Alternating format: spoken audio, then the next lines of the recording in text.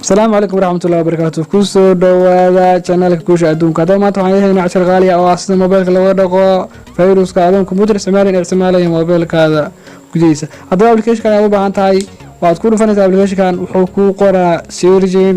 Hadaba searching markuu soo qoro waxaa laga baahan yahay inaad ku dhufatid wuxuu ku soo saaraa wuxuu raadinaa mobilkaada wax kasta oo fayruus ah oo ku jira.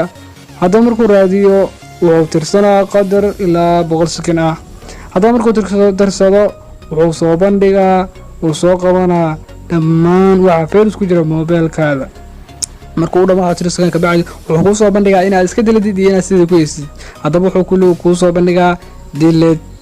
hadaba delete ku dhufatid wuxuu mid u qarxinaa fayruus kasta oo ku jira mobilkaada adoo si fudud u qarxinaa.